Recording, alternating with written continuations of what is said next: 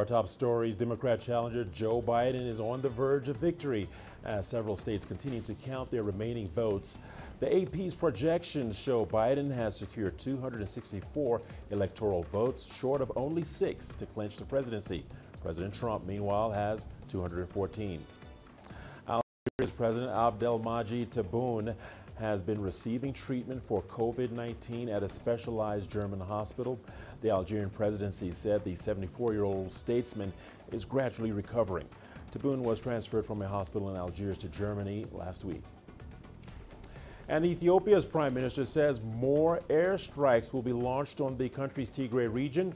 In a televised speech on Friday, Abiy Ahmed said civilians in the northern region should avoid being collateral damage as strikes would continue.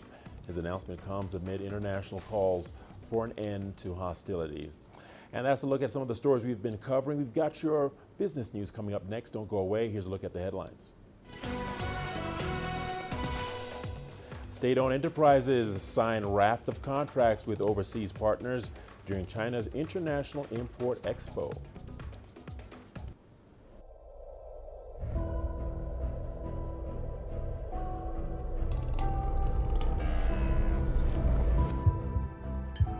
It's just taken me completely out of my depth, but at the same time it's exciting.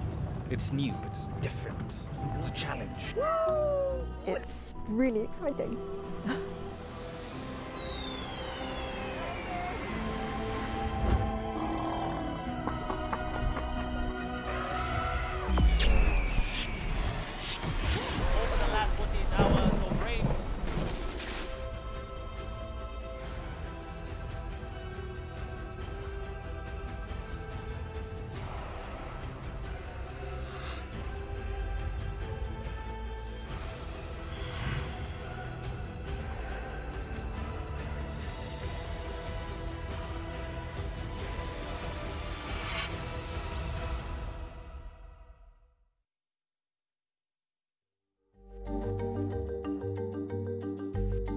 Africa Live. Find your voice.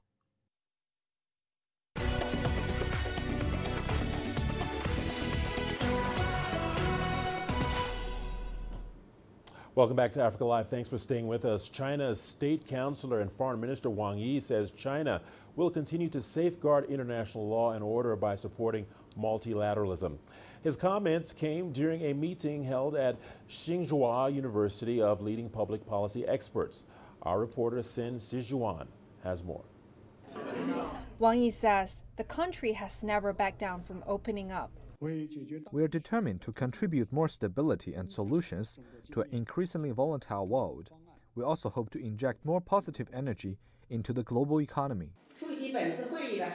This is among the key messages Minister Wang has sent out at the Public Policy Summit at the university.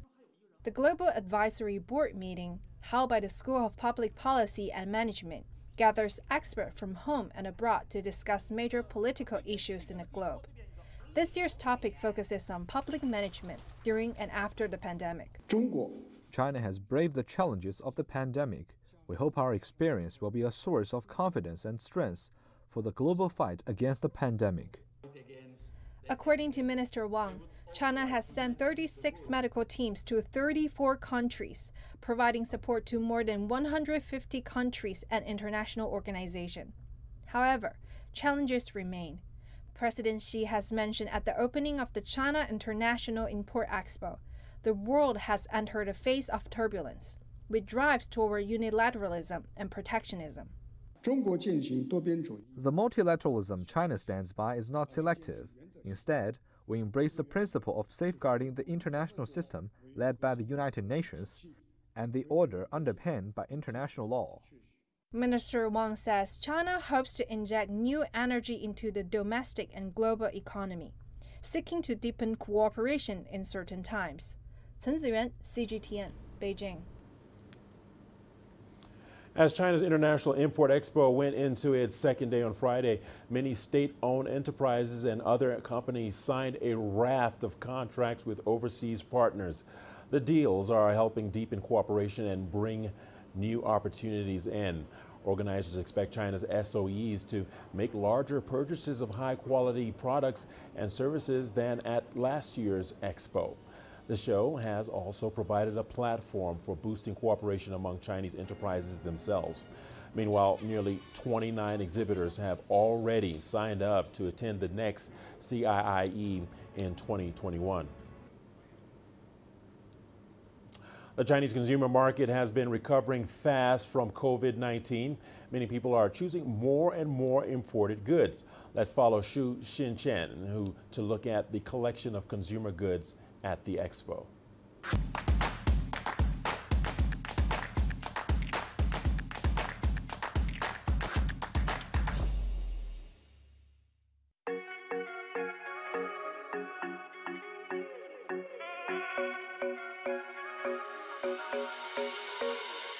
Can you believe that almost 80% of Chinese consumers bought imported goods in 2019? And the country has 1.4 billion people.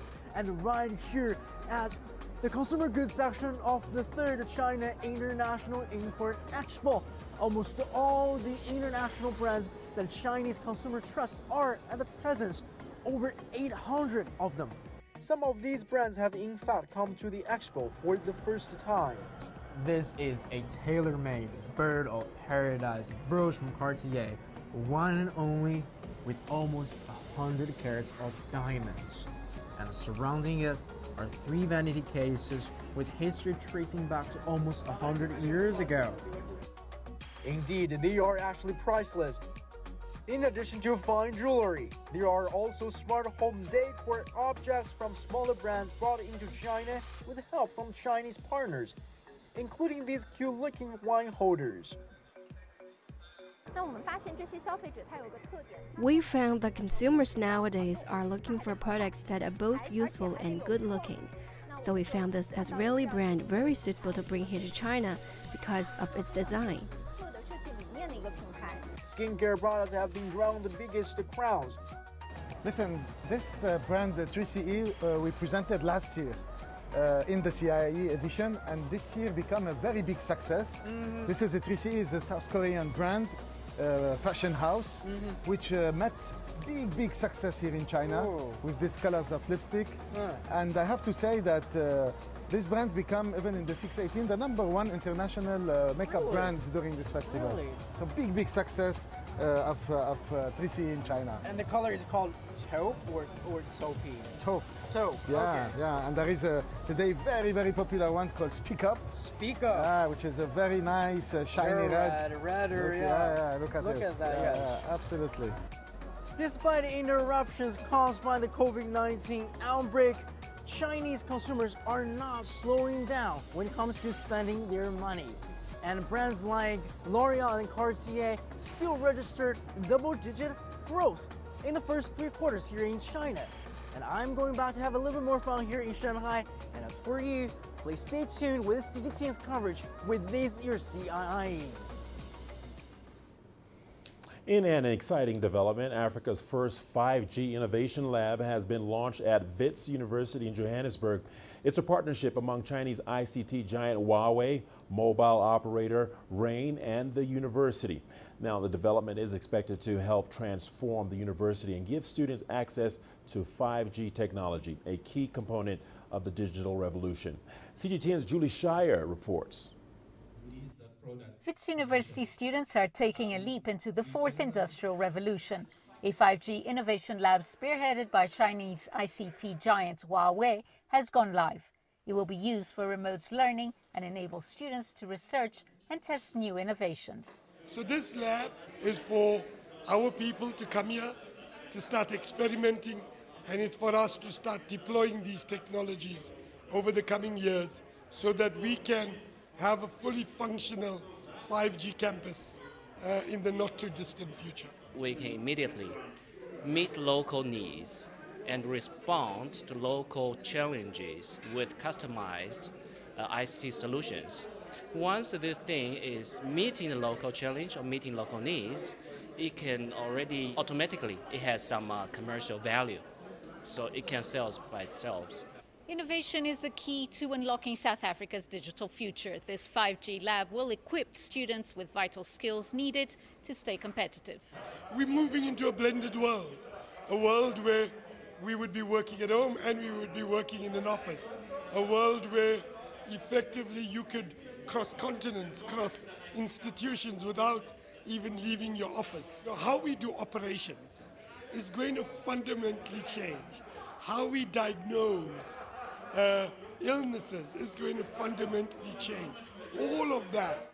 In addition, Huawei runs several ICT programs in South African universities and colleges to train and develop youth. To serve this full IR future of South Africa, I think we need a very great talent pool.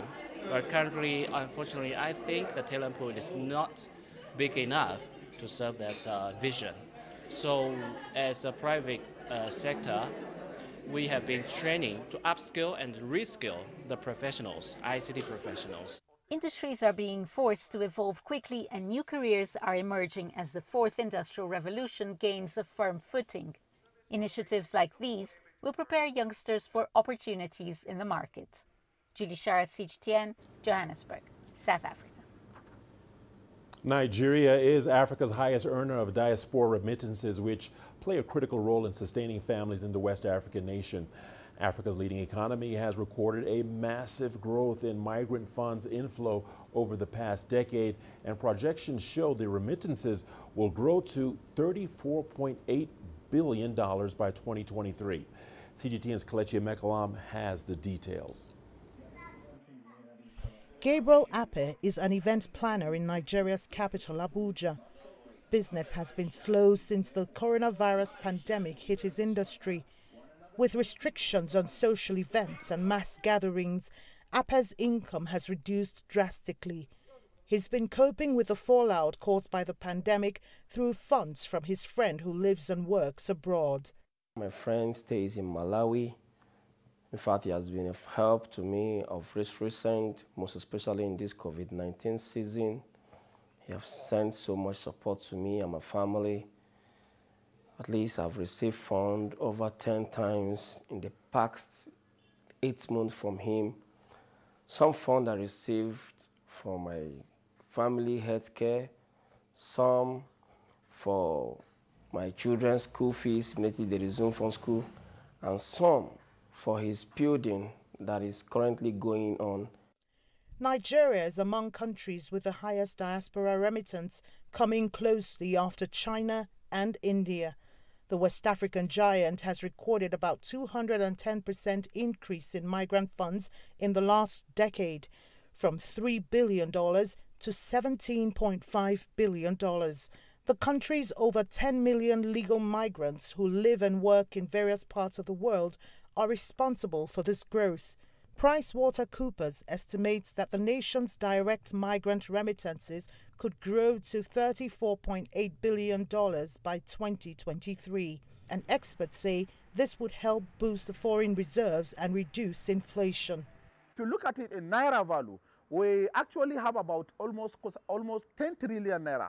You understand? That is the value of the Naira that is coming from that diaspora that we are talking about. So it's very, very important because one is going to strengthen the value of Naira compared to dollar. That is number one. Number two is going to actually make our foreign reserve, to grow. You understand? It's going to build our foreign reserve so that we see a very buffer foreign reserve. Number three is going to increase the viability of the dollar that we want to see in Nigeria because the shortage of dollar actually constrain our importers. The World Bank had projected a 20% drop in diaspora remittances to low-income nations due to the pandemic. But the indices of growth recorded presents an alternate source to boost the nation's foreign earnings, 90% of which comes from crude oil. But economic watchers believe that diaspora remittances could significantly increase the country's financial source and inflow. Kelechi Mekalam, CGTN Abuja, Nigeria. And we're not done just yet. The news continues on Africa Live. We've got a couple of pretty amazing stories we're going to talk about after the break. Here's a peek at the headline. We tell how a ride-hailing business in Uganda is giving jobless women an economic lifeline.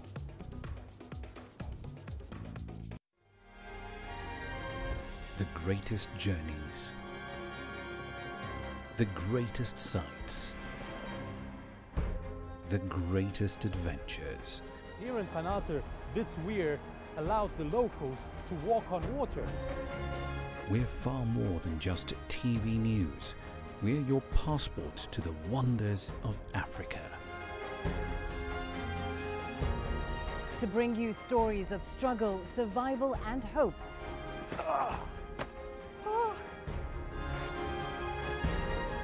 So let's explore.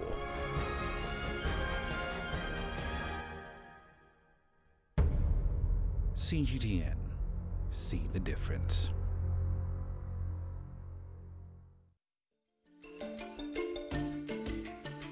Africa Live. Find your voice.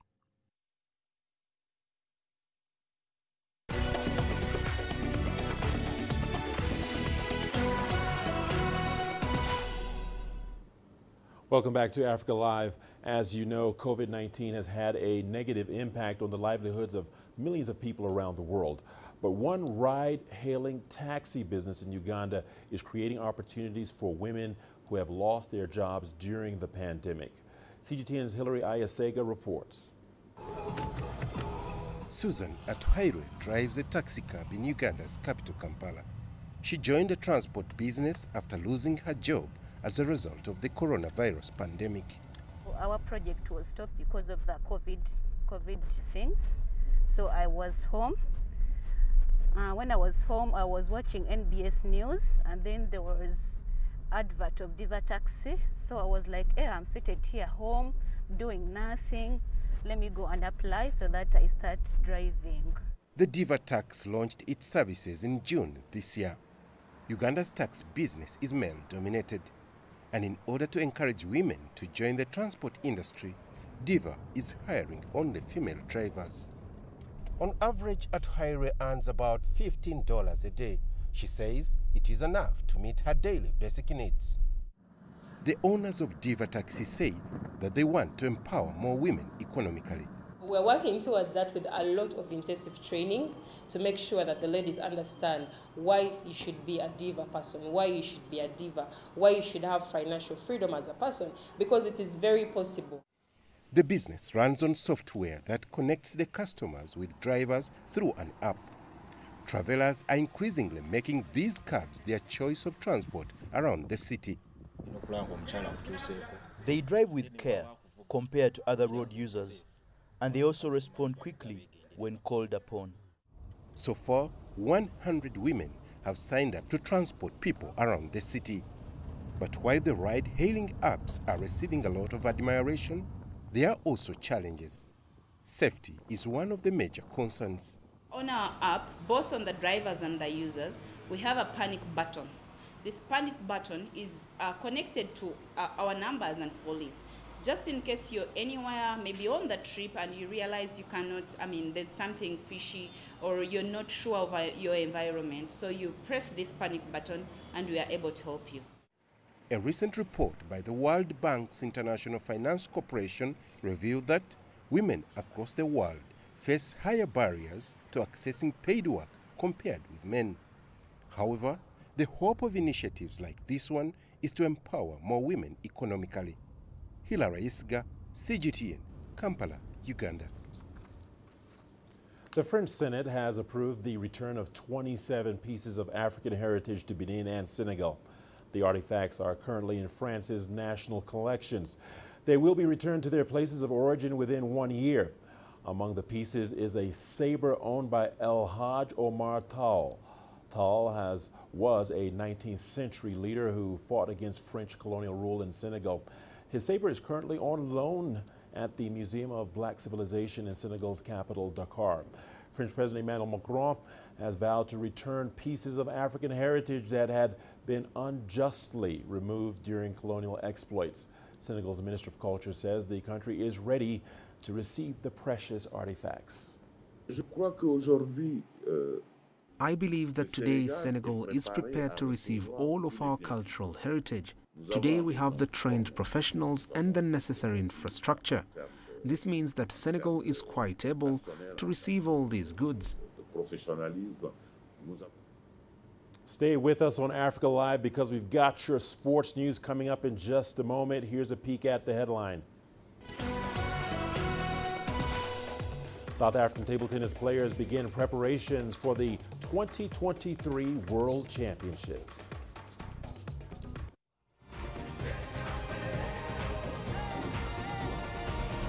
Africa Live. Find your voice.